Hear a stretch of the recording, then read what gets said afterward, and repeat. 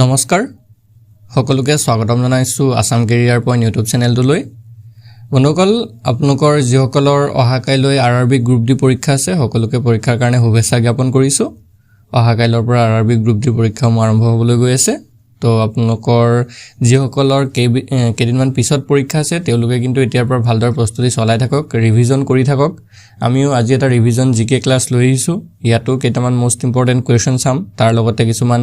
Important পইণ্টও আপোনালোকক কৈ দিম যাতে হেবিলাকৰ পৰা পৰীক্ষাত যাতে প্ৰশ্ন আহিলে কেতিয়াও ভুল নকৰে বা এই ভিডিওটোৰ পৰা যদি এটাও কোৱেশ্চন কমন পৰে তেতিয়া হলেও বহুতখিনি হেল্প আপোনালোকৰ হ'ব ঠিক আছে সো এতিয়া বেছি দেৰি নকৰো কোৱেশ্চনখিনি ষ্টাৰ্ট কৰো তো ফাৰ্স্ট কোৱেশ্চনটো আমাক কৈছে The 73rd Constitutional Amendment Act is related to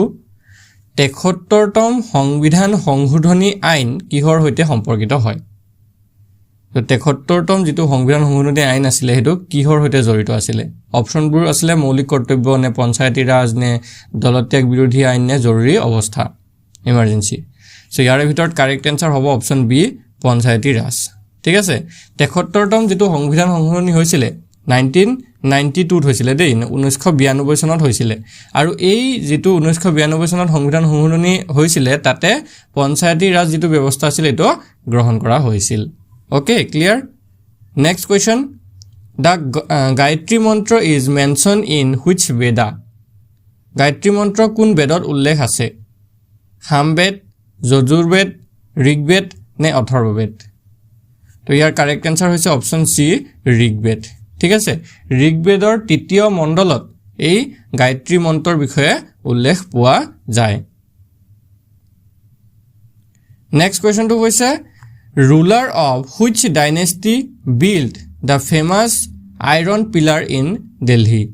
দিল্লীৰ বিখ্যাত লৌহ স্তম্ভ কোন বংশৰ শাসকে নিৰ্মাণ কৰিছিল কোন বংশৰ শাসকে নিৰ্মাণ কৰিছিল পল্লৱ বংশৰ নে গুপ্ত মৌৰ্য নে পুষ্যভূতি তো ইয়াৰে যদি আমি শুদ্ধ উত্তৰটো চাবলৈ যাওঁ হেতু হৈছে অপচন বি গুপ্ত শাসকসকলে ঠিক আছে গুপ্ত বংশৰ এজন প্ৰখ্যাত ৰজা আছিল দ্বিতীয় চন্দ্ৰগুপ্ত ওকে তো দ্বিতীয় চন্দ্ৰগুপ্তই এই লৌহ স্তম্ভটো নিৰ্মাণ কৰিছিল আৰু এটো দিল্লীৰ মেহৰৌলিত অৱস্থিত হয় ঠিক আছে এই যেটো বিখ্যাত লৌহ স্তম্ভ আছে এটো দিল্লীৰ মেহৰৌলিত আছে next the battle of Talikota 1565 led to the decline of তালিকোটাৰ যুদ্ধ যেটো 1565 চনত হৈছিল হেতু কিহৰ পতনৰ কাৰণ আছিল ঠিক আছে কোনটো সাম্ৰাজ্যৰ পতনৰ কাৰণ আছিল তো ইয়াৰ যদি আমি শুদ্ধ উত্তৰ চাবলৈ যাওঁ হেতু হৈছে অপচন ডি বিজয়নগৰ এম্পায়াৰ এই তালিকোটাৰ যুদ্ধ যেটো হৈছিল 1565 আৰু এই যুদ্ধটোৰ পিছতে বিজয়নগৰ সাম্ৰাজ্য কি হৈছিল ধ্বংস হৈ গৈছিল বা বিজয়নগৰ সাম্ৰাজ্যটো পতন হৈ পৰিছিল সো এটো এটা খুব ইম্পৰ্টেন্ট কোৱেশ্চন হয় মন ৰাখিব আৰু এটো যেটো সনটো দিছে ন এটো সনটো ইম্পৰ্টেন্ট হয় তালিকোটাৰ যুদ্ধ তাৰিখটো আছিল 26 জানুৱাৰী ওকে 26 জানুৱাৰী 1565 চনত এই তালিকাটোৰ যুদ্ধটো সংঘটিত হৈছিল ওকে নেক্সট কোৱেশ্চনটো চাও which river crosses the equator twice কোন নদীয়ে বিক্ষুব্ধ ৰেখা দুবাৰ পাৰ কৰে কোনখন নদীয়ে আমাজন নে নাইল নীল নে কংগু নে মিছিছিপি তো ইয়াৰ ৰাইট আনসাৰটো হ'ব অপচন সি কংগু ৰিভাৰ ঠিক আছে কংগু যিখন নদী আছে এটো আফ্ৰিকাত আছে ওকে আৰু এই যিখন কংগু নদী আছে এটো পৃথিৱীৰ গভীৰতম নদী হয় অৰ্থাৎ পৃথিৱীৰ ভিতৰত আটাইতকৈ গভীৰ নদীখন যদি আমি চাবলৈ যাওঁ হেখন হৈছে কংগু নদী আৰু এই নদীখনে বিক্ষুব্ধ ৰেখাটোক দুবাৰ পাৰ কৰে ঠিক আছে আৰু নেক্সট কোৱেশ্চনখিনি চোৱাৰ আগতে আপোনালোকক আৰু এটা কথা জনাই থওঁ যিসকলৰ কেইদিনমান পিছত পৰীক্ষা আছে ওকে কেইদিনমান পিছত যাৰ পৰীক্ষা আছে তেওঁলোকে কি কৰিব আমাৰ যেটো কমন কোৱেশ্চনৰ পিডিএফ আছে সেই পিডিএফ ফাইলটো এবাৰ লৈ পিনে সুন্দৰকৈ এইকেদিন যদি পঢ়িব পাৰে তেতিয়া হলে কিন্তু বহুতখিনি কোৱেশ্চন তাৰ পৰা কমন পৰিব যোৱাবাৰো বহুতখিনি কোৱেশ্চন আৰআৰবি গ্ৰুপ ডিত কমন পৰিছিল তো এইবাৰো কিন্তু কমন পৰিব তো যদি আপোনালোকৰ পিডিএফ খন লাগে এতিয়া যেটো পৰীক্ষা পালেহি অনলি 149 ত আপোনালোকক দি দিম ঠিক আছে গুটে সম্পূৰ্ণ সাবজেক্ট বিলাক পাই যাবকে ম্যাথছ ৰিজনিং সায়েন্স জিকে গুটেইখিনি সাবজেক্ট অনলি 149 ত পাই যাব তো যদি লাগে স্ক্ৰিনত থকা নাম্বাৰটোত আমাক হোৱাটছএপত মেছেজ দি পিডিএফ খিনি লৈ ল'ব পাৰিব ওকে এটা আমি নেক্সট কোৱেশ্চনটো চাও question number 6 The Siachen glacier is located in Siachen হিমবাহ ক'ত অৱস্থিত হয় Siacheনৰ কথা আমি সকলোৱে শুনিছো তো এই হিমবাহটো ক'ত আছে option C is the right answer Ladakh লাডাখত আছে okay next The term repo rate is related to repo rate এই শব্দটো কিহৰ সৈতে জড়িত হয় ৰেপো ৰেট শব্দটো তো এইটো হৈ যাব অপশ্যন বি বেংকিং ঠিক আছে বেংকিঙৰ সৈতে এই ৰেপো ৰেটটো জড়িত হয় আৰু এই ৰেপো ৰেট যিটো টাৰ্ম আছে বা শব্দটো আছে এইটো RBI লঞ্চ কৰিছিলে এনাউন্স কৰিছিলে কেতিয়া এনাউন্স কৰিছিলে 1992 1992 চনত ৰিজাৰ্ভ বেংক অফ ইণ্ডিয়া এই ৰেপো ৰেটটো এনাউন্স কৰিছিল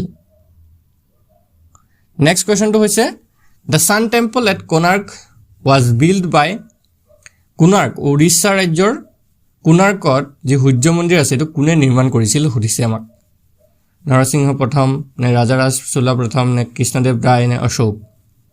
তো ইয়াৰ কাৰেক্ট আনসাৰ হ'ব অপশ্যন এ নৰসিংহ দেৱ প্ৰথম ঠিক আছে প্ৰথম নৰসিংহ দেৱে এই সূৰ্য মন্দিৰ কোনাৰ্কৰ সূৰ্য মন্দিৰ নিৰ্মাণ কৰিছিলে নেক্সট কোৱেশ্চনটো চাওঁ The Ajanta caves are related to Ajanta গুহাবোৰ কিহৰ সৈতে জড়িত হয় অজন্তা গুহাবিলাক কিহৰ সৈতে জড়িত মানে কোনটো ধৰ্ম ইয়াত যেটো ধৰ্মৰ বিষয় দিছে তো কোনটো ধৰ্মৰ সৈতে জড়িত হয় জৈন ধৰ্ম নে বৌদ্ধ ধৰ্ম নে হিন্দু ধৰ্ম নে শিখ ধৰ্ম কিহৰ সৈতে তো আমি যদি কাৰেক্ট আনসাৰ চাবলৈ যাওঁ এটো হ'ব অপশ্যন বি বুদ্ধিজম ওকে বৌদ্ধ ধৰ্মৰ সৈতে অজন্তা গুহাবোৰ জড়িত হয় আৰু এই যেটো অজন্তা গুহা এটো যদি পৰীক্ষাত সোধে ক'ত আছে ক'ত অৱস্থিত হয় অজন্তা গুহাবোৰ তেতিয়া আমি কি কম মহাৰাষ্ট্ৰৰ ঔৰংগাবাদত অৱস্থিত হয় ওকে নেক্সট কোৱেশ্চনটো চাওঁ The headquarters of IMF is in IMF যেটো ফুল ফৰ্মটো হৈছে ইন্টাৰনেশ্যনেল মনিটাৰী ফান্ড ওকে এটো কিন্তু পৰীক্ষাত আহিব পাৰে দেই IMF ৰ ফুল ফৰ্মটো ইন্টাৰনেশ্যনেল মনিটাৰী ফান্ড মনত ৰাখিলে হ'ল তো এই IMF ৰ মুখ্য কাৰ্যালয় ক'ত অৱস্থিত সুধিছে আমাক লণ্ডন নে ওয়াশিংটন ডিসি নে জেনেভা নে পেৰিছ তো আমি যদি চাওঁ ইয়াৰ কাৰেক্ট আনসাৰ হ'ব option B Washington DC okay ইউএছৰ ইউনাইটেড ষ্টেটছ অফ আমেৰিকাৰ ওয়াশিংটন ডিসিত এই IMF ৰ মুখ্য কাৰ্যালয় অৱস্থিত হয় আৰু এই যেটো ইন্টাৰনেশ্যনেল মনিটাৰী ফান্ড আছে এটো কেতিয়া প্ৰতিষ্ঠা হৈছিল যদি আমি চাওঁ এটো হৈছিল 1944 ত ওকে 1944 ত প্ৰতিষ্ঠা হৈছিল next question which portfolio was held by Dr. Rajendra Prasad in the interim government form in 1946 1946 চনত গঠিত অন্তৰ্বৰ্তী চৰকাৰত ডক্টৰ ৰাজেন্দ্ৰ প্ৰসাদে কোনটো দপ্তৰ গ্ৰহণ কৰিছিল এটো অন্তৰ্বৰ্তী চৰকাৰ গঠন হৈছিল তেতিয়া ৰাজেন্দ্ৰ প্ৰসাদে কোনটো দপ্তৰ লৈছিলে তো এটো হৈছে option sea food and agriculture অৰ্থাৎ খাদ্য আৰু কৃষি এই দপ্তৰ দুই বিভাগটো ডক্টৰ ৰাজেন্দ্ৰ প্ৰসাদে লৈছিল next question which act provided for direct control of Indian affairs by the British government কোনটো আইনে ভাৰতীয় কাৰ্যকলাপৰ ওপৰত ব্ৰিটিছ চৰকাৰৰ প্ৰত্যক্ষ নিয়ন্ত্ৰণ ব্যৱস্থা কৰিছিল তো সেই আইনখন আছিল option D government of India act 1858 অৰ্থাৎ ভাৰত শাসন আইন 1858 ইয়াৰ জৰিয়তে কি হৈছিল ব্ৰিটিছ যেটো আমাৰ ইষ্ট ইণ্ডিয়া কোম্পানী আছিল ইষ্ট ইণ্ডিয়া কোম্পানীৰ পৰা সম্পূৰ্ণ শাসনটো কলৈ গুছি গৈছিল ডাইৰেক্টলি ব্ৰিটিছৰ ওচৰলৈ গুছি গৈছিল next which one among the following has the power to regulate the right of citizenship in India তলত দিয়া কোনটোৰ ভাৰত নাগৰিকত্বৰ অধিকাৰ নিয়ন্ত্ৰণ কৰাৰ ক্ষমতা আছে কোনটোৰ কেন্দ্ৰীয় মন্ত্ৰীসভাৰ আছে নে সংসদৰ আছে নে সৰ্বোচ্চ ন্যায়ালয়ৰ আছে নে আইনৰ আয়োগৰ আছে তো ইয়াৰ ৰাইট আনসাৰ হৈ যাব কি অপশ্যন বি দা পাৰ্লিয়ামেন্ট অৰ্থাৎ সংসদৰ আছে next who wrote the book Return of the Aryans Return of the Aryans অৰ্থাৎ আৰ্যসকলৰ ৰিটাৰ্ণ এই যেটো নাম গ্ৰন্থ আছে এখন কোনে লিখিছিলে okay return of the Aryan তো তেখেত আছিল অপশ্যন এ বি এছ গিদৱানী অৰ্থাৎ ভগৱান এছ গিদৱানীয়ে এই ৰিটাৰ্ণ অফ দ্য আৰ্যন গ্ৰন্থখন লিখিছিল আৰু তেওঁৰ এই গ্ৰন্থখন পাব্লিছ হৈছিল 1994 ত ওকে 1994 ত এই গ্ৰন্থখন পাব্লিছ হৈছিল next question who is the first Indian CEO of Google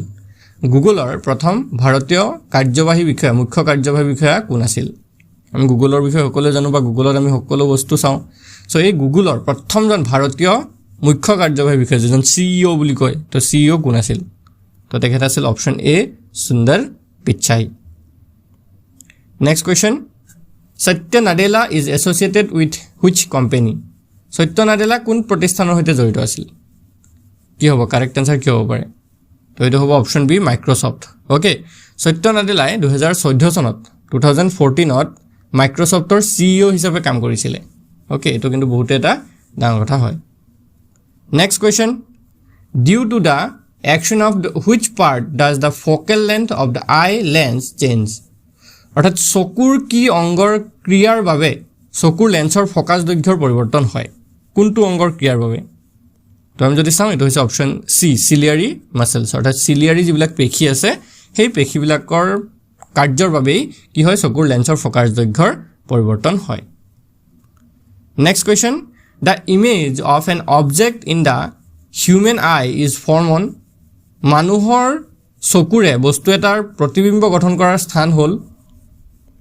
তো এটো হৈছে অপচন সি ৰেটিনা বা অক্ষিপট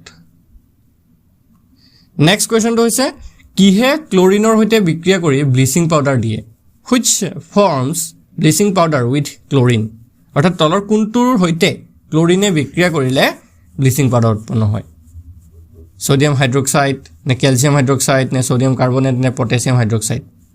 তো আমি যদি চাওঁ ইয়াৰ ৰাইট আনসাৰ হ'ব অপচন বি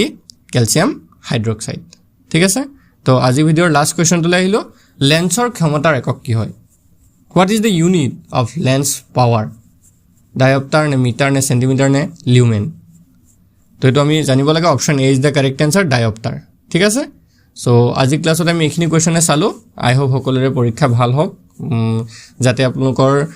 পৰীক্ষাটো ভাল হৈ এটা জব পাব পাৰে ৰেলৱেত যাৰ সপোন আছে ৰেলৱেত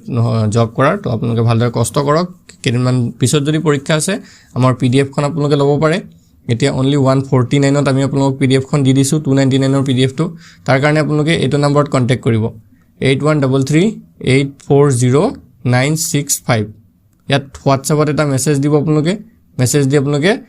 তাক আমি এটা QR কোড তাত পঠাই দিম তাত 149 পেমেন্ট কৰিলে আপোনালোকে লগে লগে PDF টো মোবাইলতে পাই যাবগে ধন্যবাদ